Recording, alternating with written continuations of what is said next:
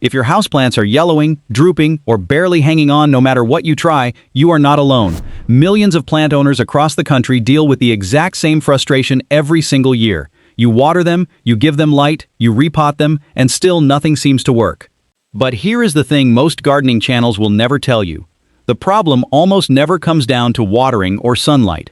It almost always comes down to one single ingredient that your soil is completely missing.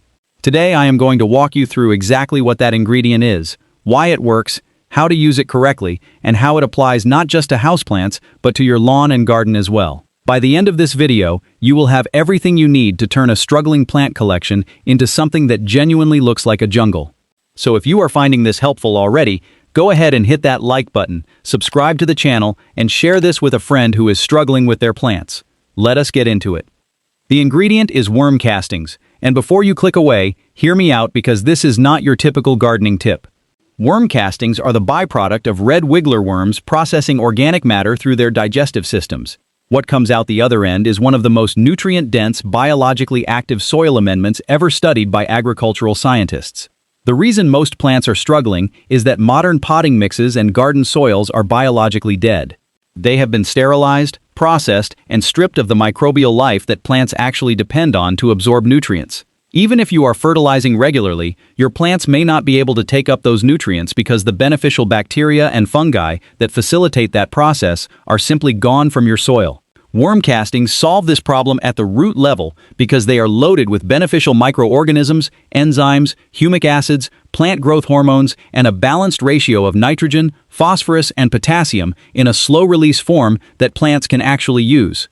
A study published by Ohio State University found that plants grown in soil amended with worm castings showed significantly higher growth rates, stronger root development, and greater resistance to disease compared to plants grown in conventional potting mix. That is not a small result. That is a measurable, documented difference that you can replicate in your own home. The reason worm castings work so well on dying plants specifically is that they do not just feed the plant, they actually restore the biological ecosystem of the soil itself, which then continuously supports the plant on its own. Before we go any further, I want to let you know that I have put together a complete lawn and plant care guide in an ebook that covers everything from soil health to seasonal maintenance schedules. It is packed with the kind of practical, proven information we talk about on this channel, and the link to grab your copy is right there in the video description below. Most people assume that if they buy a bag of potting mix from the hardware store, their plants are set. The bag looks professional, it has a fertilizer coating on it, and it feels fine. The problem is that the majority of commercially available potting mixes are made primarily from peat moss or coco coir combined with perlite and a synthetic fertilizer charge that lasts about 60 to 90 days. After that window closes, the soil is essentially nutritionally empty and biologically inactive. There are no living organisms in it to break down organic matter and convert it into plant-available nutrients. This is why so many plants look great for the first 2 or 3 months after you buy them and then slowly begin to decline. The fertilizer runs out, the soil compacts, drainage gets worse, and the plant enters a slow stress state that most people misread as a watering problem. University of California Cooperative Extension research has shown that soil microbial activity drops dramatically in container-grown plants within one growing season, and that adding biologically active amendments like worm castings is one of the most effective ways to restore that activity. For outdoor garden beds and lawns, the situation is often even worse because repeated synthetic fertilizer applications over the years can actually suppress beneficial soil organisms, creating a dependency cycle where your plants need more and more chemical input just to look average. Worm castings break that cycle by reintroducing the biology that makes soil function the way it was designed to. Using worm castings on houseplants is straightforward, and you do not need to measure precisely because worm castings cannot burn roots the way synthetic fertilizers can, even in large amounts. For plants that are currently struggling or showing signs of stress, the most effective approach is to do a top dressing combined with a liquid drench. To top dress, simply remove the top inch of whatever soil is currently in the pot and replace it with pure worm castings. Every time you water after that, the castings will slowly release their nutrients and beneficial organisms down through the root zone. For the liquid drench, mix 1 cup of worm castings into 1 gallon of water, let it sit for 24 hours stirring occasionally, then strain out the solids and use the liquid to water your plants. This is commonly called worm casting tea, and it delivers the biological benefits directly to the roots in a form the plant can respond to almost immediately. Many plant owners report visible improvement in leaf color and new growth within 1 to 2 weeks of starting this routine. If you are repotting a plant, mix worm castings into your fresh potting soil at a ratio of about 20 to 30% castings by volume. So if you are filling a pot with 3 cups of soil, you want somewhere between half a cup and a full cup of worm castings mixed in. For plants that have been severely struggling for a long time, you can go even higher with your castings ratio without any risk of damage, which is something you absolutely cannot do with synthetic products. The same principles that apply to houseplants apply to your garden beds and your lawn, just on a larger scale. For vegetable and flower gardens, the most effective application method is to work worm castings into the top several inches of soil before planting in the spring, and then top dress around established plants every 4 to 6 weeks throughout the growing season. Research from Cornell University's Department of Horticulture found that tomato plants grown with worm casting amendments produce significantly more fruit per plant compared to control groups, and they showed notably better resistance to common soil-borne diseases. For established perennials and shrubs that have been declining, apply a 2 to 3 inch layer of worm castings around the base of the plant, extending out to the drip line, which is the outer edge of the canopy, and water it in thoroughly. For lawns, which is something I cover in detail in my ebook, worm castings can be broadcast spread across the surface at a rate of about 10 to 20 pounds per 1,000 square feet and then watered in.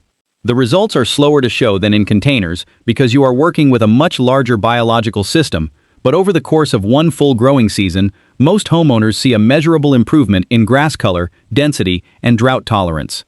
Lawns treated with worm castings also tend to develop deeper root systems, which makes them far more resilient going into summer heat and dry spells. Not all worm castings on the market are equal, and this matters more than most people realize. The quality of worm castings depends entirely on what the worms were fed, how the castings were processed, and how they were stored after packaging. The best worm castings come from worms that were fed a diverse diet of vegetable scraps, aged manure, and carbon-rich materials like shredded cardboard. These produce castings with a higher microbial diversity and a broader spectrum of plant-available nutrients. When you are shopping for worm castings, look for products that are sold in bags with small ventilation holes or that are described as fresh or living. Castings that have been heat-treated, dried completely, or sealed in airtight plastic bags for extended periods lose much of their biological activity, which is the main thing you are actually paying for. Brands that are transparent about their production process and worm feed sources are generally a better bet than bulk discount options. If you have space, producing your own castings through a home vermicomposting bin is genuinely one of the best investments you can make for your plants. Red wiggler worms are easy to maintain, they process kitchen scraps quickly, and the castings they produce are consistently high quality because you control exactly what goes into the bin. When storing purchased castings, keep them in a cool location out of direct sunlight and slightly moist. If they dry out completely, the microorganisms in them will die and you will lose most of the benefit. A light misting every few weeks if you are storing for an extended period is enough to keep them viable. Worm castings work well on their own, but they work even better when combined with a few other practices that support overall soil health. The first is mulching. Whether you are dealing with outdoor garden beds or large container plants, keeping the soil surface covered with a layer of organic mulch dramatically slows moisture evaporation, moderates soil temperature, and gives soil organisms, including the ones introduced by your worm castings, a stable environment to thrive in. For outdoor beds, wood chip mulch applied 2 to 3 inches deep is highly effective. For containers, a thin layer of straw or shredded leaves works well. The second complementary practice is reducing or eliminating synthetic fertilizer use in areas where you are applying worm castings. Synthetic fertilizers, particularly those with high nitrogen content, can actually suppress the microbial communities in the soil and undermine the biological work your castings are doing. If you feel like your plants need additional feeding, look for liquid organic options like fish emulsion or kelp extract, which support rather than suppress soil biology. The third practice is watering deeply and less frequently, rather than shallowly and often. Deep watering encourages roots to grow downward toward the moist soil layer and creates a more stable environment for the microbial life in your castings to establish itself. Shallow, frequent watering keeps roots near the surface and creates boom and bust cycles in soil moisture that are hard on both plants and the organisms that support them. One of the most common questions people have when they start using worm castings is how long it takes to see results, and the honest answer is that it depends on the starting condition of the plant and the soil. For houseplants that are struggling but not completely root-bound or diseased, most people begin to see improved leaf color and new growth within 2 to 4 weeks of their first worm casting application.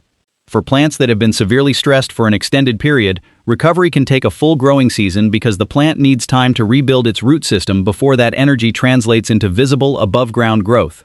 For outdoor gardens, the timeline is similar. You may not see dramatic differences in the first few weeks after application, but by mid-season you will typically notice that plants in treated areas are performing noticeably better than they were before, with fuller growth, better color, and stronger resistance to pest and disease pressure. For lawns, significant improvement in overall turf quality generally takes one full growing season of consistent application, though many homeowners see early signs of improvement within 6 to 8 weeks in the form of deeper green color and reduced weed pressure in areas where the grass has thickened up. The important thing to understand is that worm castings are not a quick fix in the way that synthetic fertilizers are. They are a soil restoration tool, and restoring a biological system takes time. But the results they produce are lasting in a way that synthetic inputs simply cannot match, because you are rebuilding the foundation of your soil rather than just patching over the symptoms. Worm castings are genuinely one of the most underused and most powerful tools available to any plant owner or home gardener, and the reason more people are not using them is simply that they have not heard about them in the right context. Now you have. The core idea is simple. If your plants are struggling, the problem is almost certainly in the soil. And worm castings are one of the most reliable ways to fix that problem from the ground up. Start with a top dressing on your struggling houseplants this week. Make a batch of worm casting tea and see what happens over the next month. You will not be disappointed. And if you want a complete guide to lawn and plant care that goes deeper on everything we covered today, including soil health, seasonal care schedules, and troubleshooting common problems, my ebook has you covered. The link is right in the video description below, and it is worth checking out if you are serious about getting your outdoor spaces and indoor plants performing the way they should. If this video gave you something useful, please hit the like button, subscribe to the channel so you do not miss what is coming next, and share this with someone you know who is dealing with struggling plants. It genuinely helps the channel and it might save someone's garden. Thank you for watching, and I will see you in the next one.